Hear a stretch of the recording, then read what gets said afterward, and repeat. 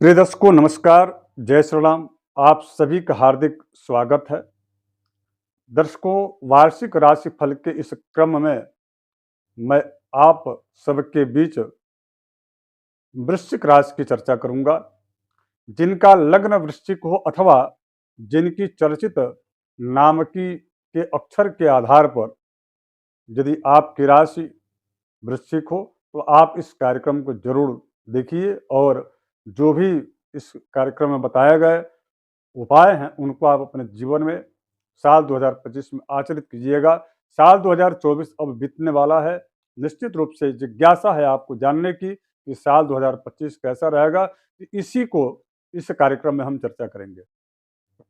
आगे बढ़ूं उसके पहले एक छोटा सा आग्रह है कि दर्शकों, आप नए दर्शक हो तो सब्सक्राइब जरूर कर लीजिएगा और इस वीडियो को शेयर कर दीजिएगा।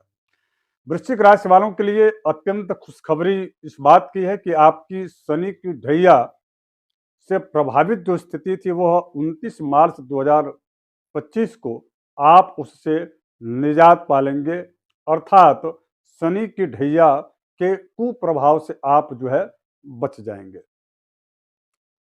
और इसके साथ साथ में देवगुरु बृहस्पति जो अभी वर्तमान में आपके सप्तम स्थान अर्थात केंद्र में है, वही देवगुरु बृहस्पति यह आपके लिए चिंतन का विषय होगा कि अष्टम स्थान में जा रहे हैं। इसलिए आपको अपने स्वास्थ्य को लेकर के अत्यधिक जो है सेंसिटिव रहने की आवश्यकता है।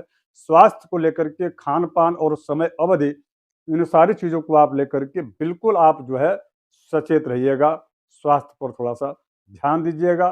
कहने का अर्थ ध्यान का यहाँ यह है कि आप जो है अपनी दैनिक जो क्रिया प्रणाली है उसमें थोड़ी सी चेंजिंग लाइए और यौगिक जो चीज़ें हैं, योग साधना है, मेडिटेशन है, इस ओर थोड़ा सा आपको जो है ध्यान देने की आवश्यकता है। और दूसरा, मैं बार बार कहता हूं कि जब भी देवगुरु बृहस्पति आपकी जन्म कुंडली में यदि अष्टमस्थ हो अथवा उनकी अष्टम पर दृष्टि भी हो या गोचर में भी यदि देवगुरु बृहस्पति आपके अष्टम स्थान में हो तो आपको कम से कम लगभग सभी लोगों को ये बात तो करनी ही चाहिए कि उनको सायंकाल के बाद, वैसे वैदिक जीवन पद्धति को आप जब देखेंगे तो उसमें सूर्यास्त के बाद अन्न ग्रहण नहीं किया जाता, किंतु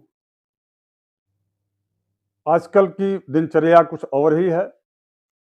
तो निश्चित रूप से मैं आपसे यही कहूंगा कि सूर्यास्त के बाद विशेष रूप से आपके लिए, चूंकि आपकी राशि के ठीक अष्टम स्थान में देवगुरु बृहस्पति यह गोचर करेंगे, तो आपको यदि स्वस्थ रहना है, यदि आपको पाचन क्रिया को यदि स्वस्थ रखना है, क्योंकि सारे बीमारियों का मूल वहीं से है, तो आप जो है सूर्यास्त के बाद लाइट ही जो है आप भोजन कीजिए।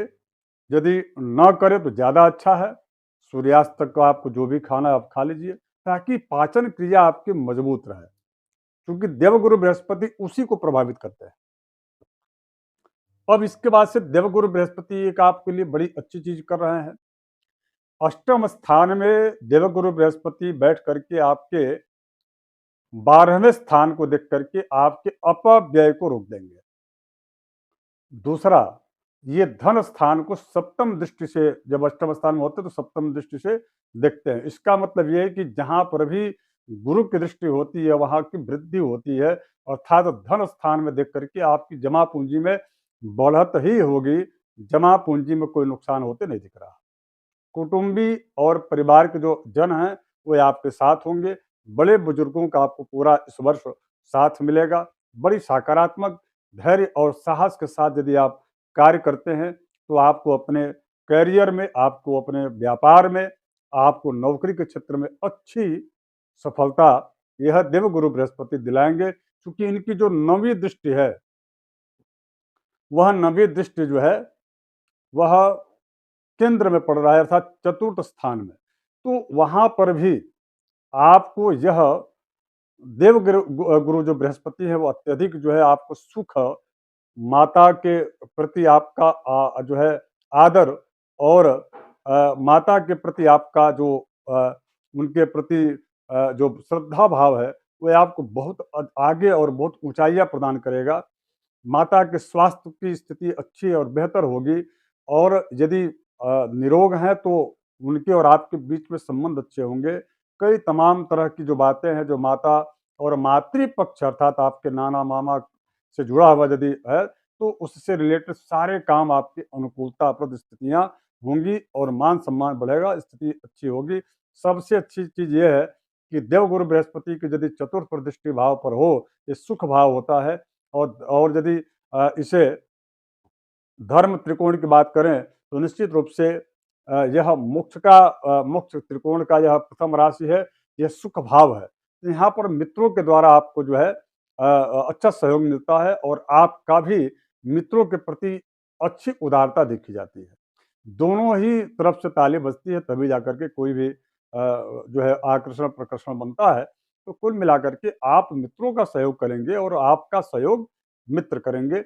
इस प्रकार की स्थिति इस वर्ष साल 2025 में विशेष करके जब गोचर करेंगे देवगुरु बृहस्पति तो दिखेगी। वो बृहस्पति गोचर कर रहे हैं 15 मई 2025 को। अब आइए दूसरा जो ग्रह है वह है शनि, जो आपको काफ़ी रिलीफ देने जा रहे हैं। इसलिए क्योंकि शनिदेव आपकी राशि को छोड़ करके यानी कि आपकी राशि पर जो ढैया का उनका प्रभाव था उस प्रभाव को छोड़ करके वह अब जो है धनु राशि में उनका प्रभाव यह ढैया का दिखेगा। तो उस शनि की ढैया से चूंकि आपके राशि के ठीक जो है चतुर्थ स्थान में यहाँ पर स्वस्थ नामक राजयोग बना करके और यहाँ पर अपने मूल त्रिकोण के होकर के और शनिदेव विगत 2 वर्षों से और जब यह 29 मार्च को जब ये गोचर करते रहे होंगे उस समय तक की स्थिति लगभग जो है 2.5 वर्ष पूरी हो जाएगी। इतने दिनों तक जो है यह आपकी राशि पर कई प्रकार के प्रतिकूल और अनुकूल भी समय बनाए रखे। कई प्रकार से आपको इन्होंने कार्यों में बाधा भी उत्पन्न की, आर्थिक आपको नुकसान पहुंचाया, सामाजिक जितना आपको सम्मान मिलना चाहिए था उतना आपको सम्मान भी नहीं दिए। तो इन सारी चीज़ों का जो मिला जुला और जो आपके द्वारा श्रम परिश्रम किया गया उसका मनोनुकूल लाभ या फल की प्राप्ति अथवा उससे अर्जित जो होने वाला धन था उसमें कमी देखी गई बल्कि ऋण की वृद्धि हुई। तो इन सब चीज़ों की स्थितियां जो निर्मित हुई उससे आपको 29 मार्च 2025 को निजात मिलने जा रहा है और ये शनिदेव आपके राशि के ठीक पंचम स्थान में गोचर करना शुरू कर देंगे 29 मार्च 2025 को। और हाँ, 29 मार्च 2025 को शनिदेव जब वहां जाएंगे तो आपके राशि के ठीक पंचम स्थान में पहले से ही राहु वहां पर स्थित है, जो कि 29 मई 2025 तक रहेंगे। अर्थात 29 मार्च 2025 से लेकर के और 29 मई 2025 तक जो है राहु और शनि पंचम स्थान में ही गोचर करेंगे। यह आपके लिए चिंता का विषय है और चिंतन दोनों का विषय है। चिंता क्या? चिंता यह है कि जब भी चूंकि पंचम जो स्थान होता है वो स्थान आपके विवेक का होता है। पंचम स्थान जो होता है वह आपके और परिवार के बीच के प्रेम का होता है। प्रेम पत्नी से भी हो सकता है, यदि स्त्रियां जातक देख रहे हैं तो उनके पति से हो सकता है। तो इस प्रकार के प्रेम संबंधों में ये खटास उत्पन्न करते हैं और गलतफहमियां उत्पन्न करते हैं। साथ ही साथ में व्यावसायिक क्षेत्र में भी इनका दखल देखने को मिलता है, जिसकी वजह से आपका व्यापार प्रभावित करते हैं। कई प्रकार के न्यायालयीन जो प्रकरण होता है, जिन प्रकरणों में आपका स्वविवेक काम करता है, वहां पर आप दूसरों के द्वारा मार्गदर्शन दिए जाने पर आपके द्वारा निर्णय गलत हो जाते हैं, जिसकी वजह से आपको आर्थिक और समय दोनों का नुकसान होता है। तो इन सब चीज़ों से आपको विगत 29 आगामी 29 मार्च 2025 से 29 मई 2025 के बीच में आपको बचना है। दूसरा, जो स्टूडेंट लाइफ में छात्र हैं उनको मैं विशेष कहूँगा कि इस दौरान आपको अपने जो अध्यापक वर्ग है, जो आपके प्रोफेसर्स हैं, जो आपके टीचर हैं, उनसे आपको संबंध अच्छे बना कर रखने हैं। और जो भी आप कोई फॉर्म सबमिट कर रहे हैं या किसी प्रकार की जो है आप परीक्षा में बैठने जा रहे हैं, तो उसमें पेपर वर्क आप थोड़ा सा बड़ी संजीदगी से कर लीजिएगा। हो सकता है कि उसके माध्यम से आपको यह प्रभावित कर दे। इसलिए क्योंकि जब चतुर्थ स्थान में राहु जब गोचर करेंगे, पंचम से चतुर्थ में जाएंगे, तो निश्चित रूप से केतु का 180 डिग्री पर परस्पर में एक दूसरे को देखेंगे, दृष्टि उनकी होगी। तो केतु की दृष्टि, चूंकि राहु तो पहले से वहां पर है ही है, तो केतु की दृष्टि की वजह से आपके जो है जो वरिष्ठ, यदि आपकी उम्र स्वयं वरिष्ठता की ओर है, तो या तो आपको अथवा आपके घर में कोई भी यदि वरिष्ठ हो, माता हो या मातृतुल्य अन्य बाकी जो आपके सगे संबंधी जन हैं, उनको दांत से संबंधित जो है परेशानियां आ सकती है। तो इसके अथवा न्यूरो से संबंधित जो है दिक्कत आ सकती है, विशेष करके 29 मई 2025 से लेकर के सितंबर के बीच में। तो उस समय आपको थोड़ी सी जो है सावधानी बरतना चाहिए। और देखिए, आपकी राशि चूंकि वृश्चिक है, स्वामी मंगल हैं, और गोचर की मैं बात कहूं तो विशेष करके आपको देवगुरु बृहस्पति आपके स्वास्थ्यगत परेशानियां आपको दे रहे हैं।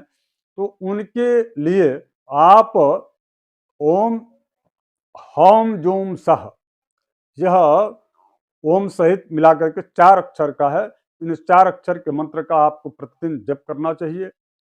दूसरा उपाय, आप अपने घर के जो है नॉर्थ ईस्ट में, यानी कि उत्तर पूर्व के कोण में, प्रति जो है गुरुवार को, प्रत्येक गुरुवार को आप वहां पर बैठ करके और भगवान सूर्य का आदित्य हृदय स्तोत्र पूर्वाभिमुख होकर के, पूर्व यानी कि सूर्य को सम्मुख देखते हुए आदित्य हृदय स्तोत्र का आप जो है पाठ कीजिए, और भी गुरुवार के दिन। और उसके बाद से थोड़ी सी हल्दी डाल करके, केसर डाल करके, और भगवान सूर्य को उससे जो है, अथवा लाल चंदन आप डाल दीजिए, और उनसे उनका अब जो है उनको अर्घ्य प्रदान कीजिए। यह कार्य प्रातःकाल सूर्योदय से 24 मिनट के भीतर ही करना है, इससे ज्यादा विलंब हो तो नहीं करना है। तीसरा जो उपाय है, वह उपाय यह है कि दूसरों के कहने पर मत चलिएगा। मैं व्यवहारिक उपाय बता रहा हूं। और इसके अलावा यदि आपको बहुत ज़्यादा आवश्यकता नहीं है, तो अत्यधिक ऋण लेने की आवश्यकता नहीं है। तीसरा, खान-पान पर विशेष रूप से ध्यान दीजिए, तो निश्चित रूप से यह साल 2025 शनिदेव आपके लिए चांदी ही चांदी कर देंगे, और आपको कोई इस प्रकार की जो दिक्कतें अथवा बहुत सारी जो चीज़ें कही जा रही हैं, वैसा कोई प्रभाव इसमें देखने को नहीं मिलेगा। पुनः आप सबसे आग्रह है कि यदि आप नए दर्शक हो तो सब्सक्राइब कर लीजिएगा और इस वीडियो को शेयर कर दीजिएगा। फिर मिलते हैं धन राशि को लेकर के। नमस्कार।